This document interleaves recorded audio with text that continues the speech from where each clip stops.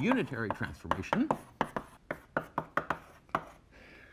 is one that takes complex unit vectors to complex unit vectors.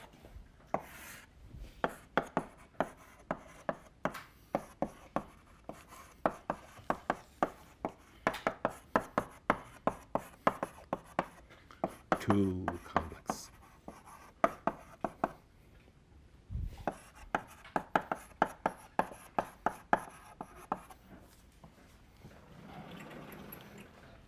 So it takes 0. So let's pretend, okay, so a d-dimensional quantum state space with basis 0, 1 through d minus 1. Okay, so let's work in the d-dimensional quantum state space and see what we need for a transformation to be unitary.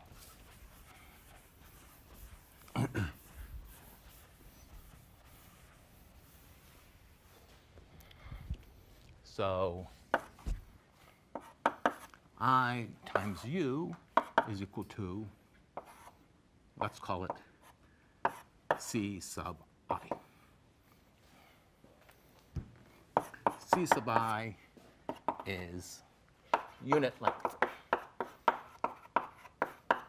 because I should say that I is just the vector 0, 0, 1, 0, 0, where 1 is in the ith position.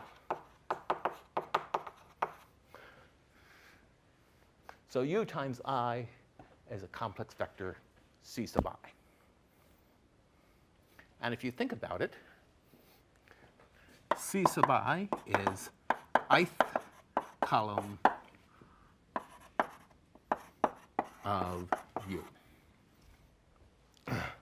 So u looks like C1, C2 through C sub I, C sub d minus 1.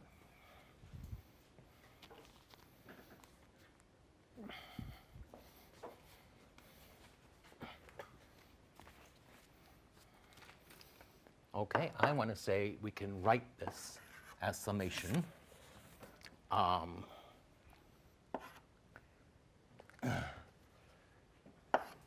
C sub I. So this is a nice thing about Dirac notation. So this is just the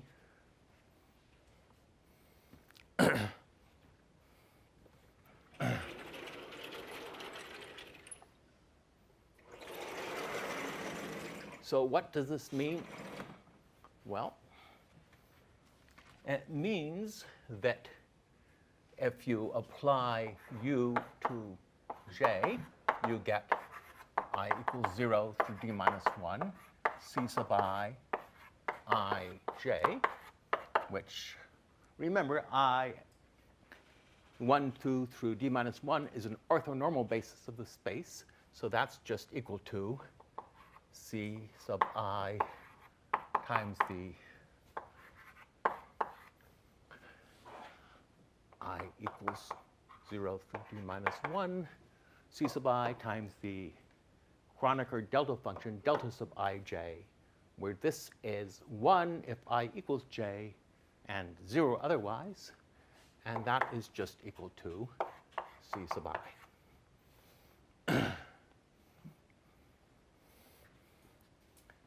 Okay, so now we have this notation.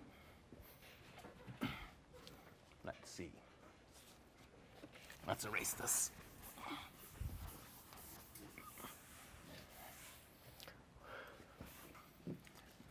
Apply u to I plus j over root 2. So that tells you C sub I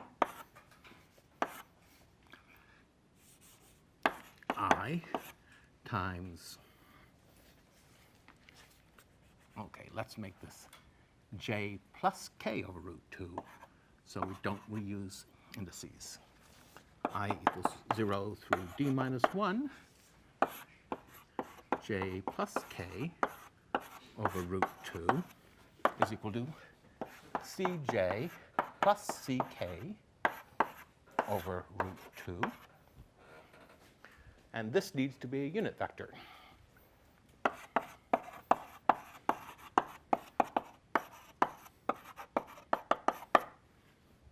Because for a unitary transformation needs to take this unit vector to another unit vector.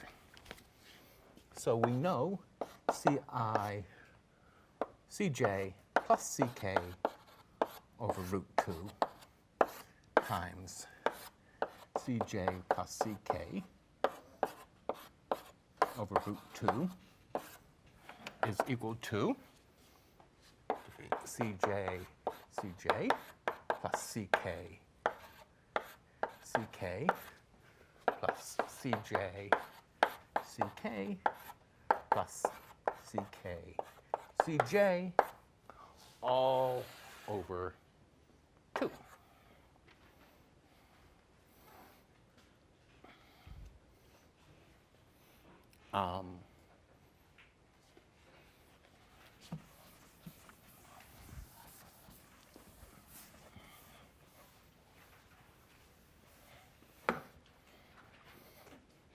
So what is this? Well, cj is 1, and ck, I made a typo. No, I didn't make a typo. And ck is 1. So this is equal to 1 plus 1/2 ck. That's the inner product of cj and ck. Plus, I'm going to rewrite this as cj ck star. That says cj ck is imaginary.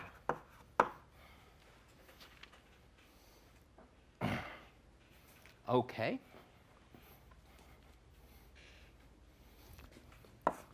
Now, if you apply u to j plus I k over root 2, you can go through exactly the same calculation, and you get ci or cj ck is real. So that tells you that cj ck is equal to 0.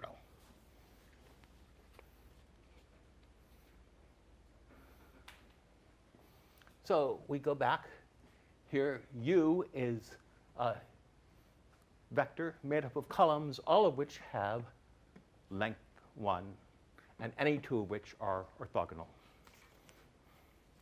So that is another definition of a unitary matrix, because you can, what does U do? Well, it takes one basis to a different basis, and if it takes, if you start out with a unit vector and one basis, all you're doing is changing the unit vector to a unit vector in a different basis. So, for example, summation alpha sub I goes to summation alpha sub I c sub I. But sum of the alpha I squared is 1, and that means this is a unit vector. Sum of the alpha sub I squared is also, it's still 1 after the transformation. So this is also a unit vector. So a unitary is, definition 2 of a unitary is a matrix with all unit vectors in its columns and any pair of columns orthogonal. And there's a third definition of a unitary, which I will